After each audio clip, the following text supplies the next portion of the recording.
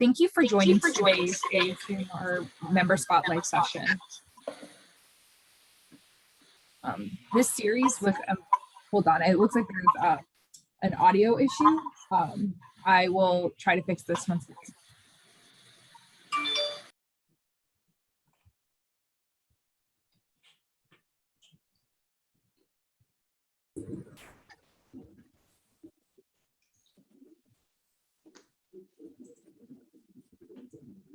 Okay, I apologize. Let's start this over again. Okay. Thank you for joining today's ASBMR member spotlight session. This series was implemented by the ASBMR Diversity, Equity, and Inclusion Committee. This series aims to highlight the research of ASBMR members in a collaborative setting and aims in particular to shine a light on the research being done by ASBMR members belonging to groups historically underrepresented in biomedical research. Today's meeting will spotlight two ASBMR members. Our first presenter will be Diego Grinman, Ph.D., Postdoctoral Associate at Yale School of Medicine, will present on the role of parathyroid hormone-related protein in tumor progression and the development cancer, anorexia, cachexia syndrome, and a model of breast cancer. And we have presenter two, Rachel Davey, Ph.D., professor at the University of Melbourne. She will present her presentation titled A Novel Action of the Androgen Receptor in Bone and the Negatively Regulate Fat Mass. Each presentation will take approximately 20 to 25 minutes each, and following each presentation, there will be an opportunity for Q&A and discussion with the audience. As a reminder, please keep yourself muted throughout the meeting. You are welcome to unmute yourself and questions or comments following each presentation. You may also submit your question in writing via the chat feature. I'd now like to invite Diego to introduce himself and begin his presentation. Thank you, Hannah. I'm gonna share my screen. Okay, you should be able to see my screen. To see it. Okay, I take that as a yes. So hi everyone, and thank you all for being here and for giving me the opportunity to share my research with you. And my name is Diego Griman, and I'm originally from Argentina. I'm a postdoctoral associate at John Wysosmersky laboratory at Yale University, and I hope you enjoy my talk. This is my Twitter handle. It's just like a new thing, you know, to put the Twitter handle there. Okay, so let me introduce you to PTHrP, the parathyroid hormone-related protein. Now, PTHrP is a peptide structurally related to PTH, and both can interact and activate the same receptor, the PTH receptor. Our laboratory has a long-standing interest in PTHrP, and we have shown in the past that it is critical for the normal development of the embryo mammary gland, acting locally as an autocrine, paracrine, intracrine growth factor.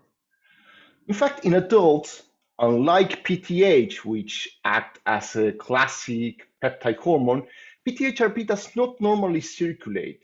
But there are two exceptions to this rule: during lactation and in patients with cancer, including breast cancer. So during lactation, the mammary epithelium synthesizes and releases PTHrP to the circulation that acts in the kidney to increase calcium reabsorption and in the bone to cause bone resorption to mobilize skeletal calcium stores for meat production. Also, in some patients with cancer, PTHrP is secreted by malignant cells, which in turn stimulates the calcium release to cause hypercalcemia that worsens the disease. Hey.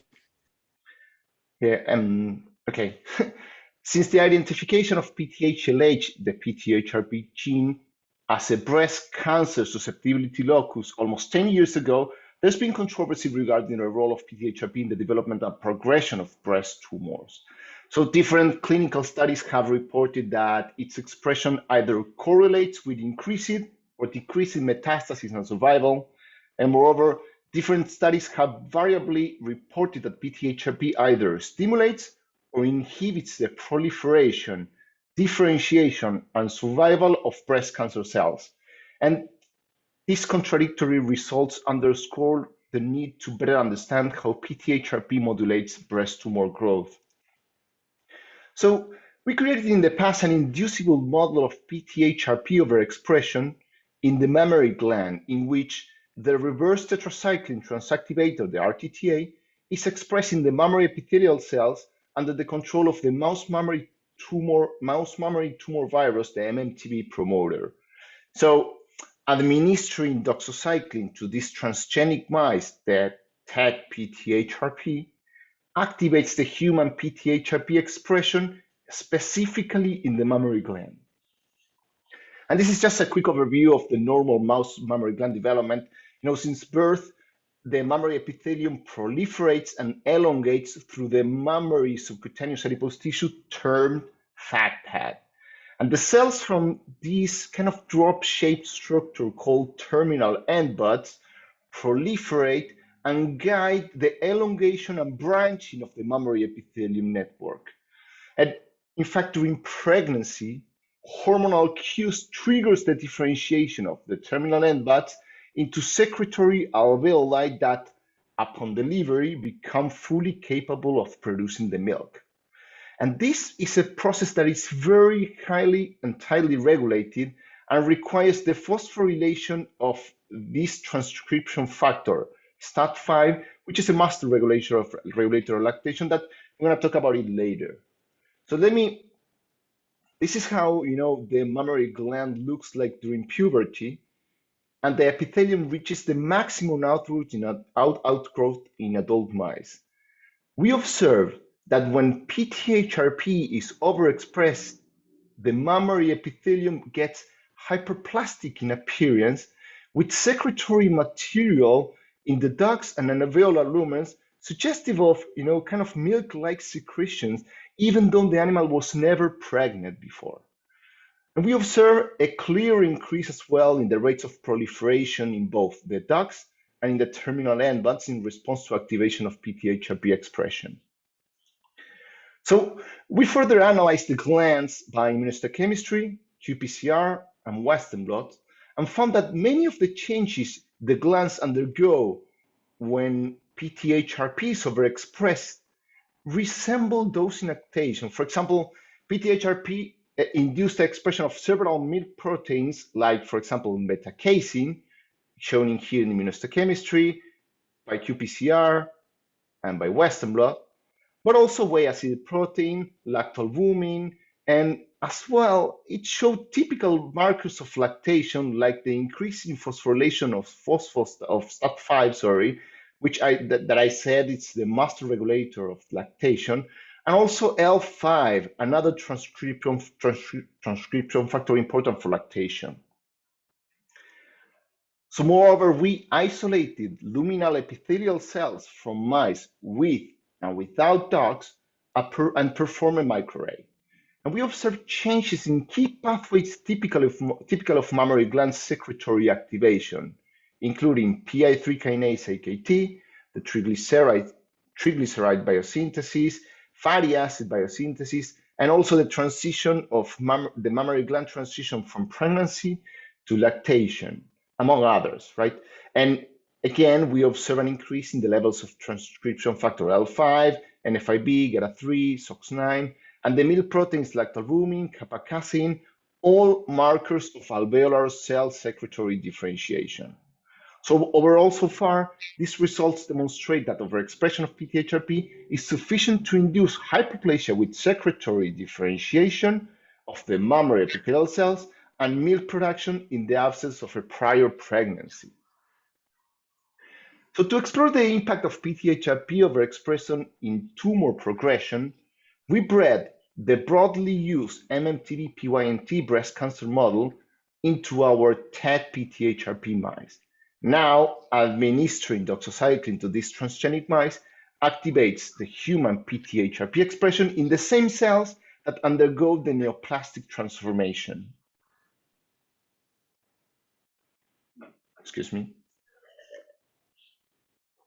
So what we observe is that when dose administration from birth raises the PTHrP in circulation and causes hypercalcemia.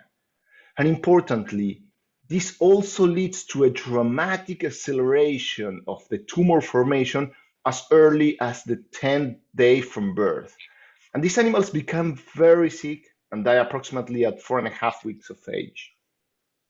So PTHrP increased the proliferation and decreased cell death in the tumors that display, like you can see here, a papillary phenotype, and again, secretory activity with the fluid resembling milk. So we hypothesized that the formation of these secretory adenocarcinomas are a consequence of the STAT5 pathway activation, since it's been established that STAT5, in addition to trigger lactation, leads to mammary tumor progression.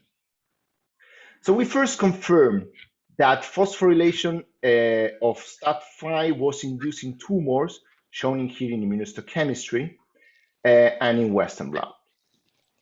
We also observed again an increase in milk proteins in the tumor lysates by Western blots and also by qPCR. And finally, we perform a second microarray using RNA isolated from tumors of mice on and off dogs. We found changes of several pathways again related to secretory differentiation of the mammary gland. And we finally did what it's called a customized gene set enrichment analysis using a previously validated set of STAT5 dependent mammary tissue restricted genes, and found that tumors that overexpress the PTHrP were significantly enriched in STAT5 dependent genes. So PTHrP overexpression leads to STAT5 pathway activation in mammary tumors. So the question was how?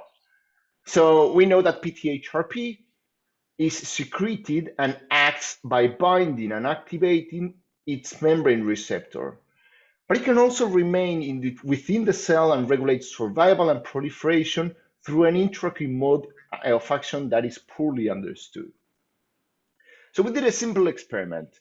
We established a tumor cell line from our TED PTHrP PYMT mice. We isolated those cells and treated with DOX or exogenous PTHrP. So we reasoned that if PTHrP is acting through its membrane receptor, then adding PTHrP to the media will trigger the phosphorylation of STAT5. And conversely, if it's an intracrine effect, then overexpressing PTHrP will likely activate STAT5, but exogenous PTHrP will not. So as you can see in here, the results when PTHrP is overexpressed in vitro is able to induce the phosphorylation of STAT5, but surprisingly, the addition of PTHrP to the media did not. So to confirm our in vitro observation, we generated animals with the fluxed PTH receptor and the Cre recombinase expression restricted to the mammary epithelium using the same MMTB mammary gland-specific promoter. So when these animals are on dogs, they overexpress PTHrP, but lack the receptor in the same mammary tumor cells. So here's the fluxed, this is the Cre, so the fluxed control, and this is the Cre, and we found that the absence of the PTH receptor does not alter the effect of PTHrP overexpression on tumor latency, survival, and also the expression of milk proteins in tumors. Moreover, we also treated the animals on dogs with a blocking antibody against the PTH receptor, and same thing, even though the antibody was effective in blocking the systemic PTHrP effects on calcium metabolism, it had no effect on milk protein expression in the tumors. So overall, our in vitro and in vivo studies suggest that PTHrP is activating STAT5 in tumor cells independent of the PTH receptor. So this is the model for the first part. In breast tumors, PTHrP might activate STAT5 in an intracellular cell autonomous fashion, and in turn, STAT5 may stimulate proliferation and expression of secretory alveolar marker genes. And this is consistent with previous results from the literature showing that PTHrP correlates with phospho-STAT 5 in human breast cancer tissue. So we then decided to study the consequences of PTHrP overexpression in more advanced stages of the disease. So we waited until the tumors were already established, approximately 10 weeks of age. And again, the administration of doxycycline elevated the levels of PTHrP in circulation, caused severe hypercalcemia, and accelerated the tumor growth. But this was achieved very acutely in only 4 days of treatment. And moreover, these animals also show weight loss, fat loss, and reduced food intake, which are cardinal features of what's called cancer anorexia cachexia syndrome. And very briefly, cancer anorexia cachexia syndrome is a debilitating, life-threatening condition with no current treatment that affects up to 25% of breast cancer patients and is more common in advanced stages of the disease, although it can occur as well in early stages.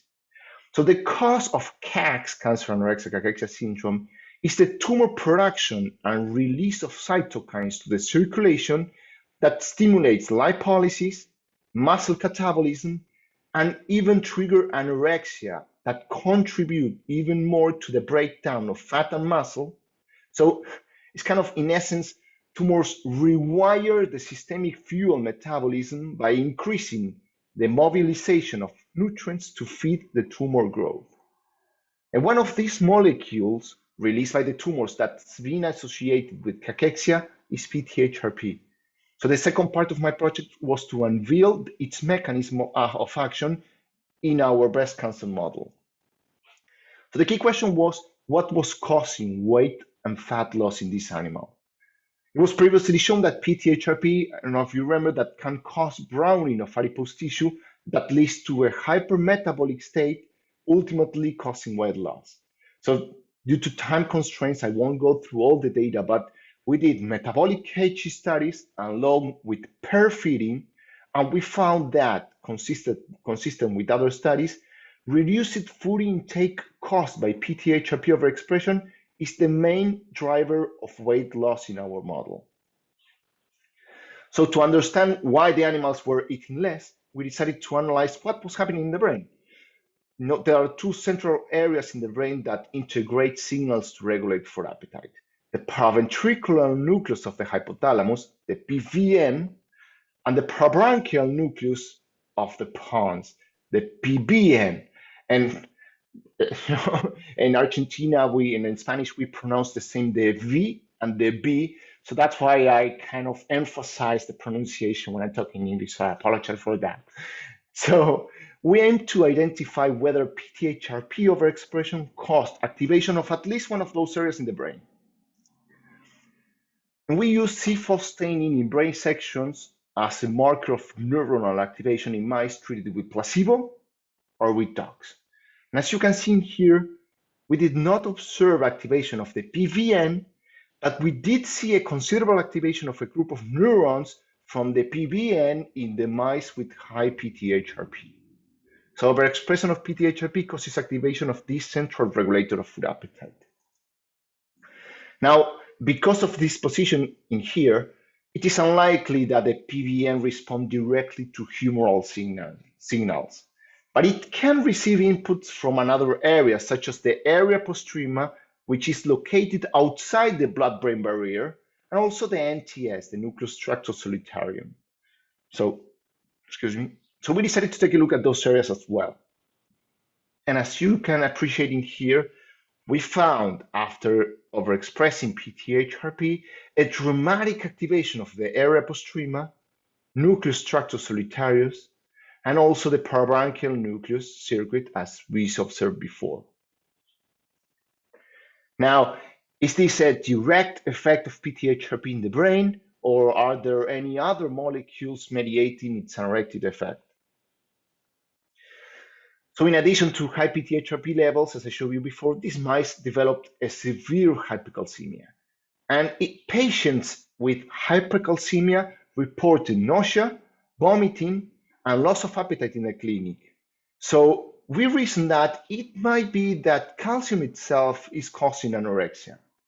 So we took a pharmacologic approach to dissect whether PTHrP or calcium, or both, is responsible for the reduced appetite in our mice.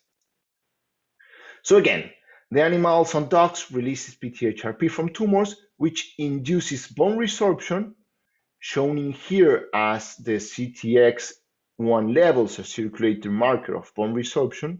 And that process releases calcium and leads to hypercalcemia. And this is associated with reduced food intake, okay? So we treated the animals on dogs with a PTHrP receptor blocking antibody, which prevented the bone resorption, the hypercalcemia, and also the reduced food intake. And then we treated the animals with two anti-resorptives with different mechanisms. OPG, a decoy receptor of the rank ligand, and zoledronic acid that target osteoclasts to block bone resorption and prevent the hypercalcemia downstream the PTHrP actions. So both treatments were effective in both treatments blocked the PTHrP-induced bone resorption, prevented the hypercalcemia, and surprisingly were also effective in preventing the reduced food appetite. So these results in here suggest that blocking bone resorption and or controlling the calcium levels prevents the reduced food intake caused by PTHrP. And importantly, we analyzed brain sections from all these mice and found that these treatments also prevented the activation of the area postrema, the NTS, and the PBM brain circuit. So to test whether calcium can activate along the AP, NTS, and PBN, we injected calcium in the form of calcium gluconate to wild-type mice to transiently induce hypercalcemia. And indeed, we observed that the treatment reduced the food intake and activated the same areas of the brain, resembling the effect of PTHrP overexpression in the brain.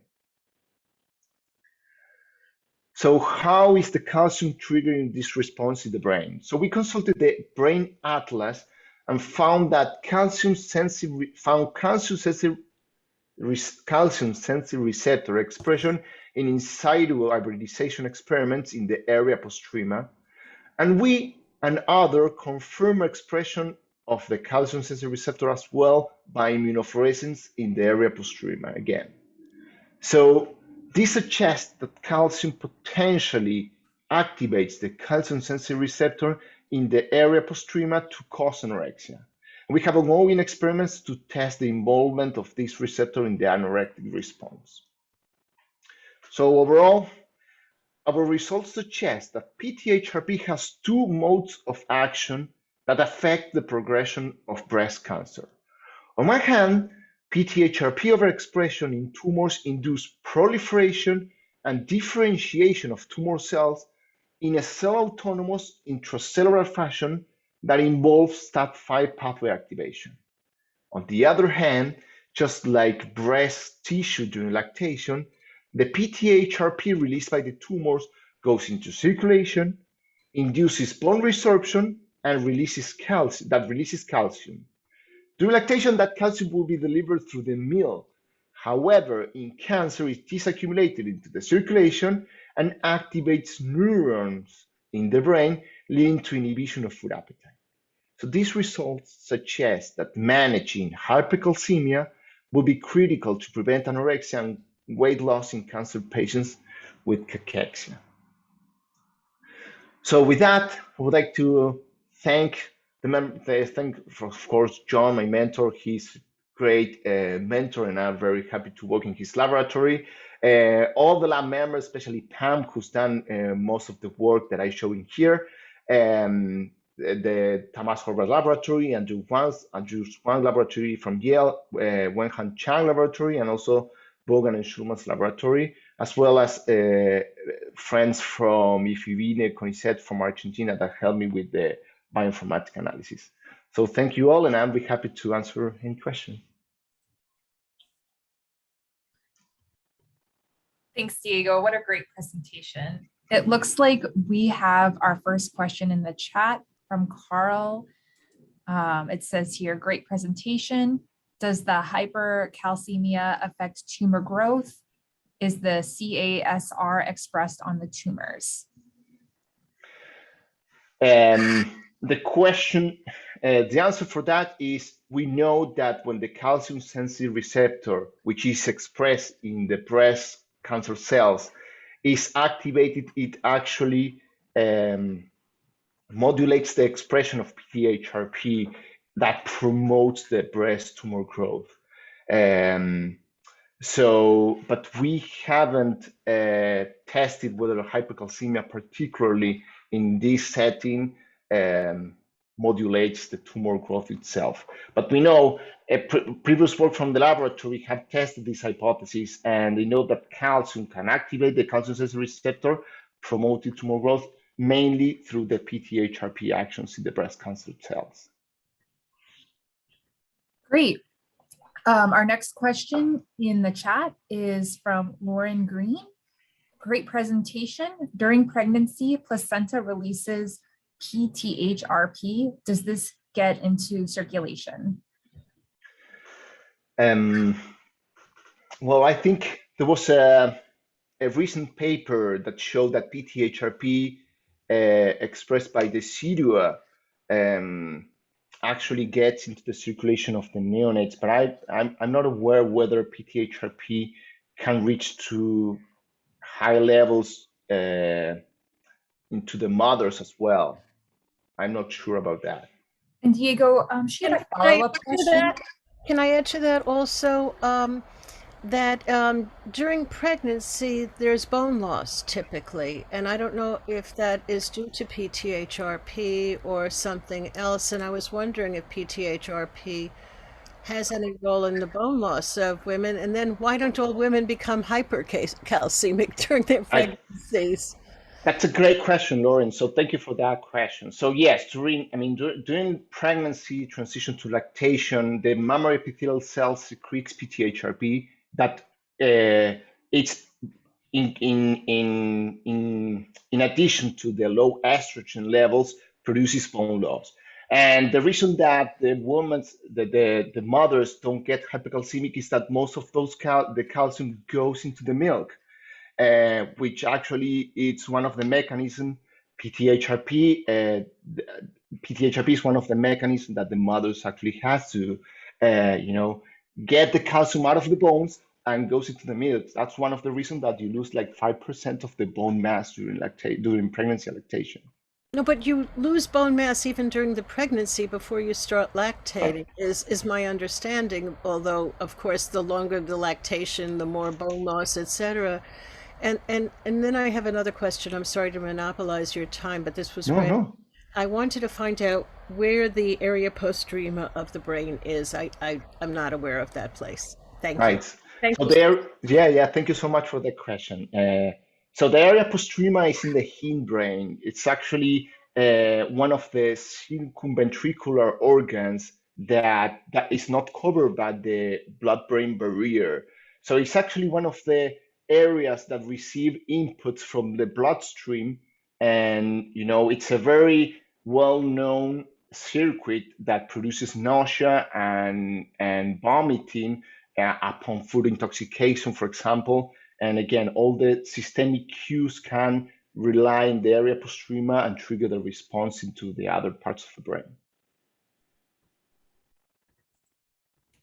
Awesome. Our next question in the chat is from Paula. Great presentation. Is the cachexia and browning of adipose tissue in your model dependent on PTHrP, or is also calcium mediated?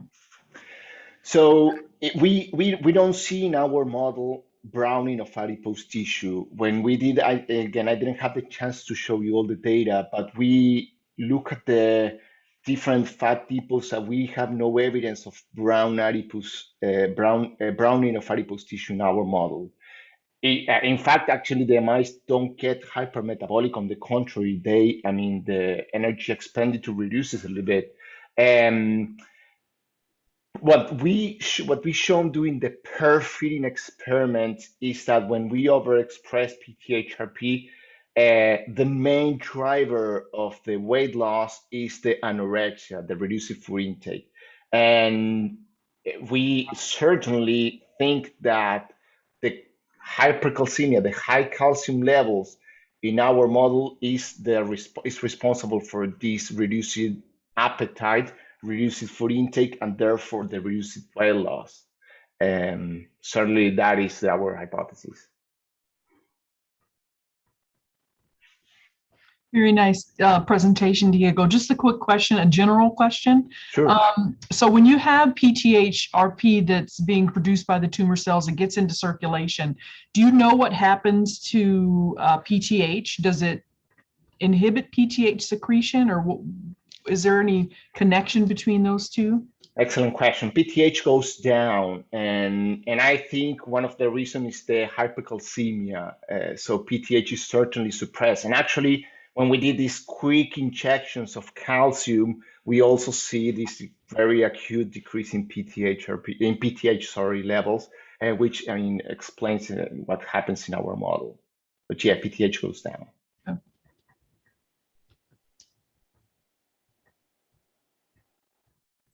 We have another question in the chat from Hadla. Nice presentation. Do we see the same progression of cancer in patients treated with a PTHrP as you see in mice? So cancer patients treated with abaloparatide, I'm not aware that there are the cancer patients are treated with that, but what I can say is that of course based on these results we have to be precautious on the use of abaloparatide in patients with cancer. Again, not as much based on our results on the tumor progression, because it seems like the PTHrP is doing through the intracrine pathways inducing the tumor growth.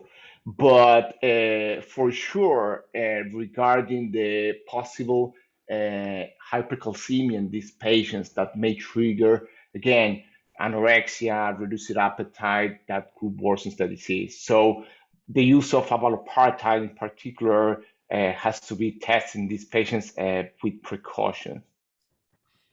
So if I could interrupt for a second, Diego, especially since some of our friends from Australia are here. Yeah, absolutely. So Joy Wu did a study with Forteo, PTH, not PTHrP. Presumably they'd be the same as Timlos, but we don't know that for sure. In a breast cancer model, and it didn't cause progression of bone mets. In fact, it was, I think, improved it. And the effects of STAT5 in polyomal middle T breast tumors in mice may not be the same effect as STAT5 in human tumors, where it's generally been consistent with improved survival, better, more slowly growing tumors, et cetera, more well differentiated. So there is a difference between mouse and people here, and that may explain some of the contradictory responses that have happened in the literature about whether PTHrP is mediating progression or is actually better and is a marker of better differentiated tumors. In mice, it may be both, but in people, it may lend more towards the differentiation part. So. Just a quick comment. The Member Spotlight series is designed to be interactive, so you don't have to write your if you prefer to put your questions in chat, you can, but please open up your mics, turn on your cameras, and ask questions directly if you'd like to. Thanks for that. Hi, sorry. Hi, this is Paula. Then can I ask a follow-up question? If I remember correctly, the work from Spiegelman showed the PTHrP that was produced by a small lung cancer, right, was inducing cachexia. So if I understand correctly, you don't see the same effect in your PTHrP, right? So correct. Do you have any explanation, or because also they also show that if they were knocking out the PTH receptor, then they were fixing the cachexia. Do you have any explanation, or do you know why it could be these two effects? So I don't have a certain explanation. I do see differences in our model and their model. Like, for example, in our model, PTHrP overexpression produces hypercalcemia. And in their model, PTHrP expression seems not to modulate the calcium levels. So that could be part of the explanation. Maybe calcium, it's the high calcium levels, it's modulating the adipose tissue in some way. I don't know, but that's an excellent question. And we were really surprised when we found out that. I mean, we were expecting to see, oh, they are losing weight. Of course, they're sprouting of adipose tissue. Let's put it in metabolic cases, we see hypermetabolism, that's it, another story. And it was the contrary. So from there, we started to dig and try to understand why these mice were losing weight as well. So again, and the other difference is that that's a xenograph model. I mean, the cells were implanted in the mice. This is a transgenic model, so maybe the amount of PTHrP in circulation might be higher, but those are just guesses. I don't know what in particular. It could be that both things are happening in humans, and it's just depending on the mouse model, you can have different responses. Hi, thanks. This has been such a great interactive Q&A, and Diego, what a fantastic presentation. But we would like to move on to our next presenter, Dr. Rachel Davey. So I am going to invite Rachel Davey to unmute herself, share her screen, and share her presentation. Rachel, the floor is yours. Thank you. Can you see that okay?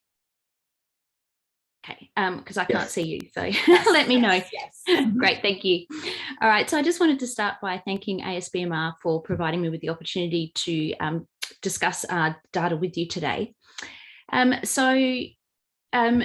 well established that androgens negatively regulate fat mass, and this is evidenced by hypogonadism or low serum testosterone in men, leading to increased fat accumulation. Conversely, treatment of hypogonadal males and female-to-male transgender people with testosterone decreases fat mass. But despite this, the mechanism by which testosterone exerts its effects to decrease fat mass are poorly understood. So a greater understanding of the mechanisms by which testosterone decreases fat mass would not only represent a major advance in our current understanding, but also has the potential to uncover novel molecular pathways that we could target for therapy for obesity. Now, studying the in vivo actions of androgens is complex, as testosterone can act directly via the androgen receptor, or it can be converted to dihydrotestosterone by 5-alpha reductase, which also acts via the androgen receptor, to which it binds with higher affinity. Testosterone can also be aromatized to estradiol and act via the estrogen receptor. So to dissect the contribution of androgens in regulating body composition and the musculoskeletal system, we and others have generated genetically modified animal models, and these have proven to be excellent models for this purpose, as many aspects of the regulation of these tissues is shared between mice and humans. So firstly, to look at the actions of androgens via the androgen receptor to regulate the musculoskeletal system and fat mass, we generated a global androgen receptor knockout mouse model. To do this, we deleted exon 3 of the androgen receptor, which encodes the second zinc finger of the DNA binding domain. As this was an in-frame deletion, it abolished the DNA binding dependent actions of the androgen receptor, while the non-DNA binding dependent actions remain functional. So deletion of the androgen receptor in male mice results in a phenotype that mimics the 3 key clinical features of hypogonadism in men. That is, they have increased adiposity and decreased muscle and bone mass in both the cortical and trabecular compartments. The increased adiposity in the global ARCO mice is characterized by an increase in both the white and visceral adipose tissue depots and an increase in the number of large adipocytes, which is similar to how obesity develops in humans. So from this, we were able to conclude that the actions of androgens to decrease fat mass are mediated, at least in part, via the androgen receptor.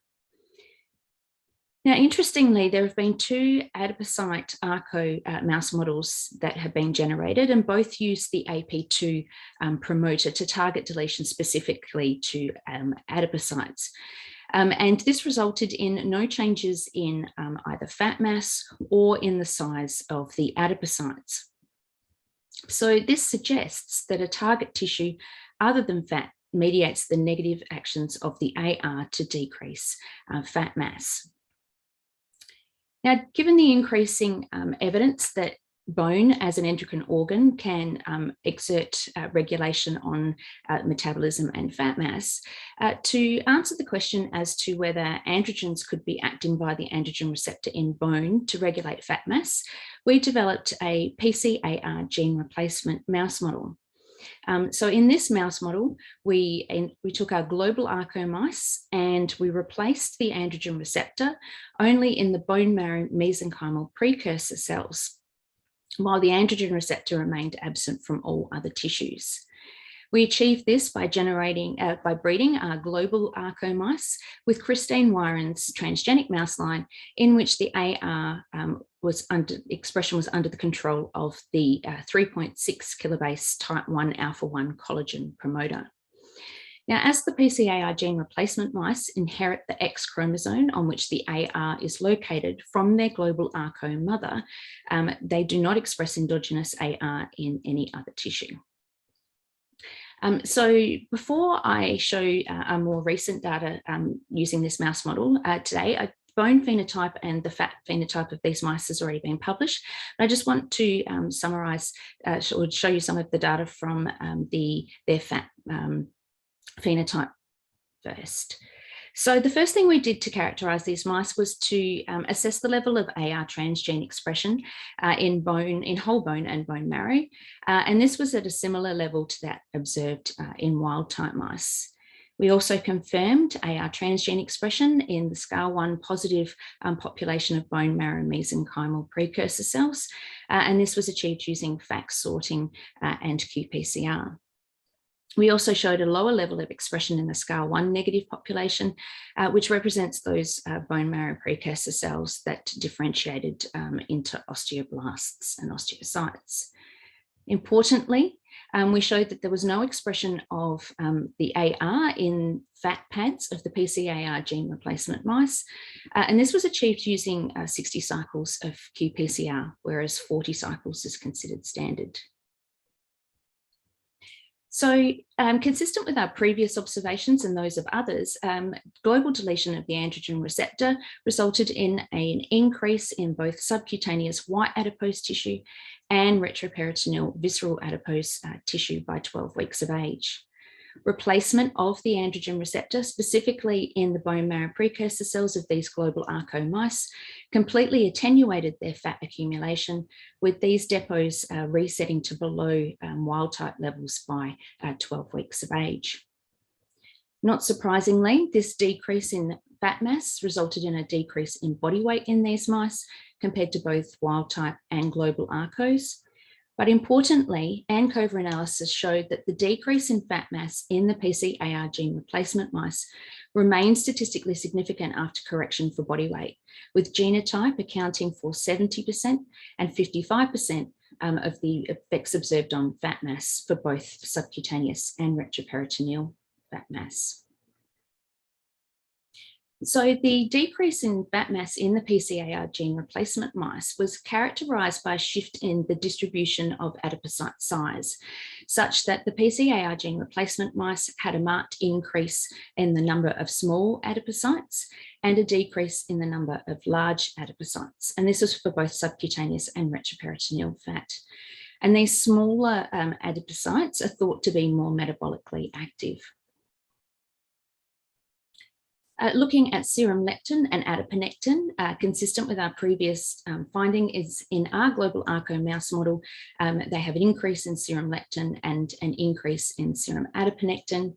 The PCAR gene replacement mice have lower serum adiponectin that does not differ from, leptin that does not differ from wild type, and whilst their serum adiponectin remains elevated.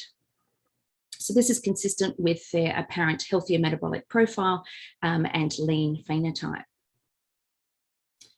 So we also wanted to investigate whether this marked decrease in fat mass would confer an increase in whole body insulin sensitivity. So to do this, we performed euglycemic hyperinsulinic clamps, and we showed that the rate of glucose disappearance was elevated in the PCAR gene replacement mice. And this was associated with an increase in glucose uptake into subcutaneous white adipose tissue, as well as the gonadal and retroperitoneal visceral adipose tissue depots. And the increase in the glucose uptake in the retroperitoneal fat was associated with an increase in the expression of the glucose transporter GLUT4. Now, you might be thinking, how do we know that this is mediated via the androgens and receptors' actions on bone marrow mesenchymal stem cells and not a further differentiated cell type of either osteoblasts or osteocytes? So to address this, we replaced the androgen receptor in mature osteoblasts of global ARCOs, and this was achieved by breeding our global ARCOs with transgenic mice that express the AR under the control of the 2.3 kilobase type 1 alpha-1 collagen promoter, which was kindly provided by Christine Warren, and showed that this had no effect on fat mass. So the actions of androgens via the androgen receptor to decrease the fat mass in our PCAR gene replacement mice is primarily mediated via those bone marrow precursor cells. So just to summarize the metabolic phenotype of our PCAR gene replacement mice, replacement of the androgen receptor in bone marrow mesenchymal precursor cells of global ARCOs completely prevents their increased fat accumulation, increases the number of small adipocytes while decreasing the number of large adipocytes, improves their metabolic profile, characterized by increased serum adiponectin and decreased serum leptin, increased insulin sensitivity and glucose uptake into both white and visceral adipose tissue. Now, it's also been shown that global ARCOs have an increased susceptibility to adiposity following feeding a high-fat diet for 10 weeks. And this is shown here with an increase in fat mass compared to wild types fed a high-fat diet, as well as augmented glucose area under the curve following an intraperitoneal glucose tolerance test. So we hypothesized that the markedly reduced fat mass and healthier metabolic profile of our PCAR gene replacement mice would confer protection from diet-induced obesity. So to address this, we characterized the metabolic phenotype of male PCAR gene replacement mice following both a short and long-term consumption of a high caloric diet. So to achieve this, we took 6-week-old PCAR gene replacement mice and their wild type and global ARCO littermates and fed them either a chow or a high caloric diet for 8 weeks to induce overweight or for 18 weeks to induce obesity. We chose a high caloric diet, which was high in both fats and sugars, as we thought this would be a better representation of a typical Western diet. So firstly, looking at the data following 8 weeks of high caloric diet feeding to induce overweight, the following series of graphs will all be of the same format with the chow-fed controls on the left and the high caloric diet-fed mice on the right. So as expected, feeding a high caloric diet to both the wild type and global ARCO mice resulted in an increase in both subcutaneous and retroperitoneal fat accumulation. In contrast, the PCAR gene replacement mice were resistant to fat accumulation following 8 weeks of high caloric diet feeding. Now, this resistance to fat accumulation following high caloric diet in the PCAR gene replacement mice was associated with a decrease in the number of large adipocytes. So this is just shown here in this blue hash bar, And this was true for both retroperitoneal fat and also subcutaneous white adipose tissue. And in addition, in the retroperitoneal visceral adipose tissue, we also saw an increase in the mid-size, the number of the mid-size adipocytes. So to look further at the adipocyte metabolic activity, we measured genes that were involved in energy regulation, lipogenesis, and lipolysis. So firstly, looking at leptin, consistent with their increased fat accumulation, the wild type and global ARCO mice had an increase in leptin gene expression, whilst this was unaffected in the PCAR gene replacement mice, consistent with their resistance to fat accumulation following the high caloric diet. We used ACACA as a marker of lipogenesis, and ACACA was increased in the replacement mice fed a chow diet, which persisted with high caloric diet feeding. We looked at PNPLA2. Whilst this was unchanged in the chow-fed mice, following consumption of a high-fat diet or high caloric diet, both the wild type and global ARCO mice exhibited decreases in PNPLA2 expression, while this was unchanged in the PCAR gene replacements. So to summarise, the following 8 weeks of high caloric diet feeding, the PCAR gene replacements were able to maintain their healthier metabolic profile following short-term high caloric diet and were resistant to fat accumulation. So what happens when we feed them for longer term, so 18 weeks of high caloric diet feeding to induce obesity?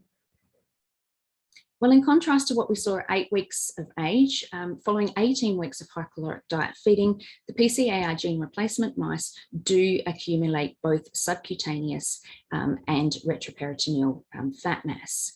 Importantly, however, this fat mass remains lower in the PCAR gene replacement mice compared to either the global ARCOs or the wild type controls.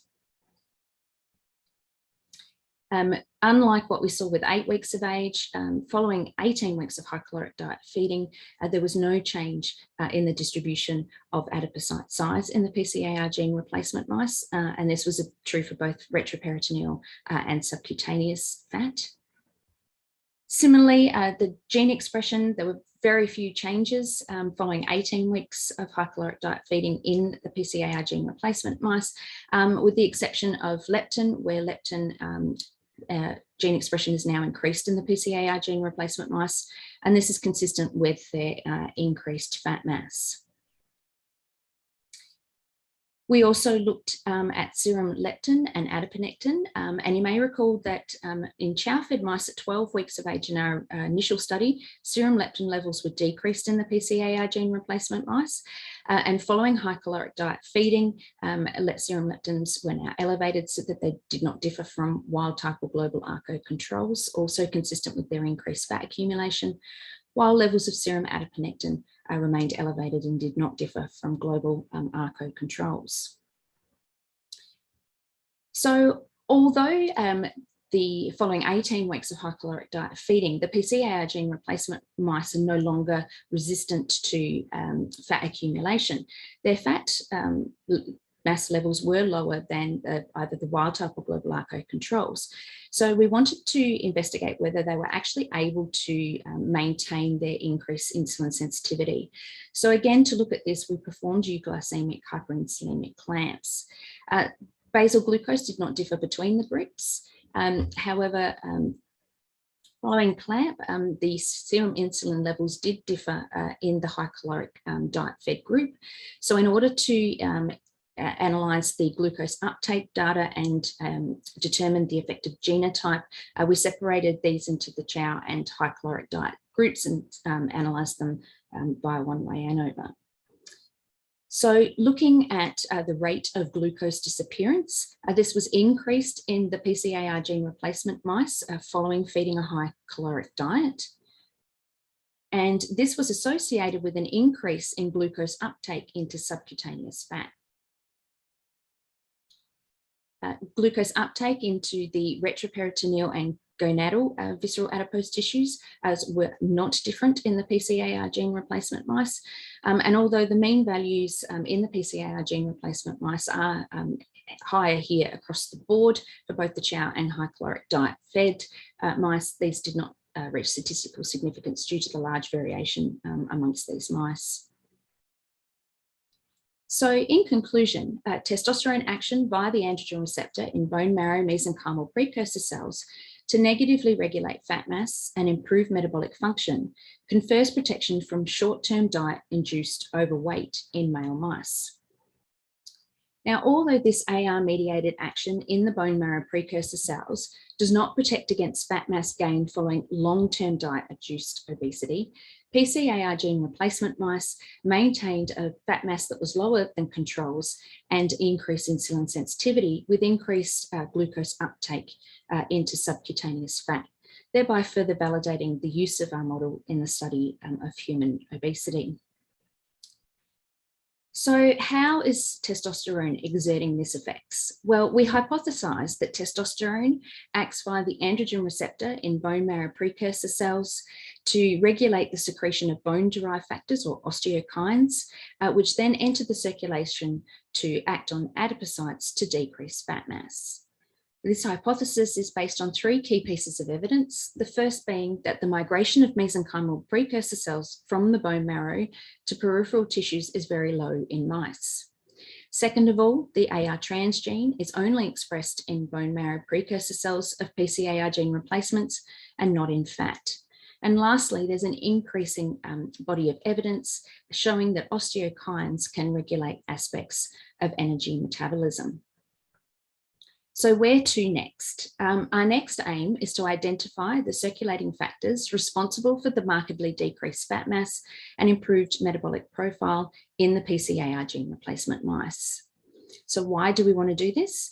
Well, not only will it lead to a greater understanding of the molecular mechanism by which testosterone decreases fat mass, but it has the potential to uncover novel molecular pathways that could be targeted for therapy in both males and females without the masculinizing side effects. How do we intend on doing this? Well, since our previous targeted approach of known osteokines such as osteocalcin and OPG and lipocalin-2 did not identify the molecular pathways responsible for the decreased fat mass in the PCAR gene replacement mice, the logical next step is to perform an untargeted approach. So to do this, we're going to use an innovative integrative approach where we're going to use proven profiling technologies such as RNA sequencing, chip sequencing, proteomics, and metabolomics, with the data from each of these steps informing the next. And so hopefully this will provide insights into the AR-regulated bone-derived factors that are involved in regulating fat mass.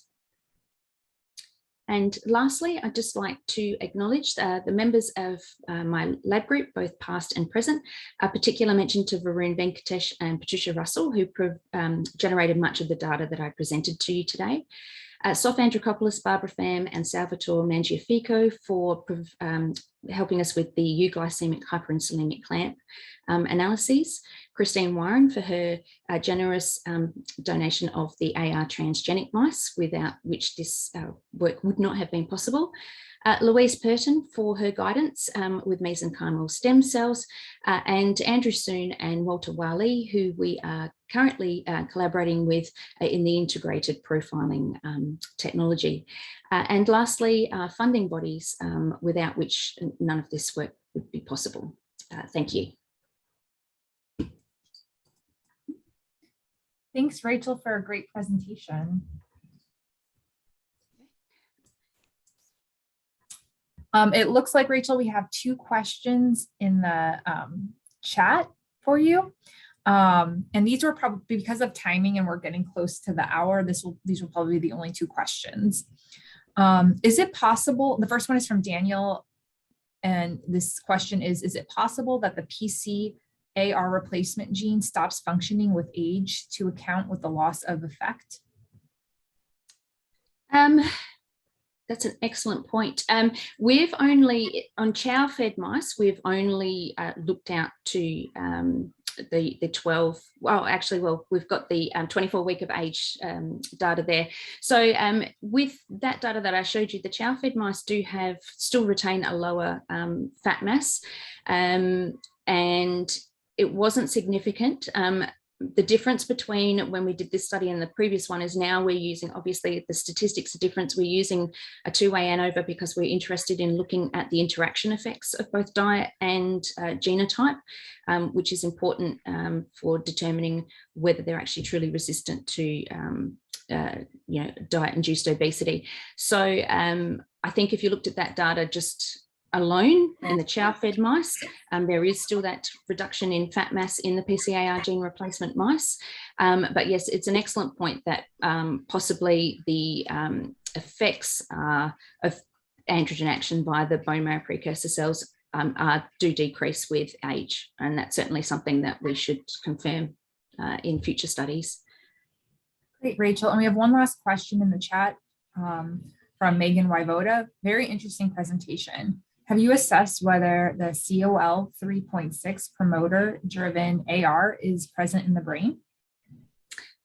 We haven't specifically, but I have trawled the data on the collagen 3.6 promoter and haven't found evidence of it being in the brain. And it's an excellent point because we've already shown that the AR has effects in the brain, specifically via the hypothalamus to decrease voluntary activity. So it's an excellent point and something, yes, we should definitely ourselves delve into. Excellent. Rachel, thanks so much for a great presentation. I would like to take this opportunity to thank today's presenters, Dr. Grinman and Dr. Davey, for taking the time to present their research today. A recording of this session will be available on the ASBMR YouTube page, and this recording will also be, the link to this recording will be available on the ASBMR website. I'd like to take the moment to just share my screen for our next spotlight, which will be on Wednesday, November 17th, with Dr. Diaz-Thomas and Dr. Valderrabano, and you can read their information here as well as the website. So thank you again, and we look forward to your participation in future ASBMR member spotlight sessions. Okay. Thanks, everyone. Thank you.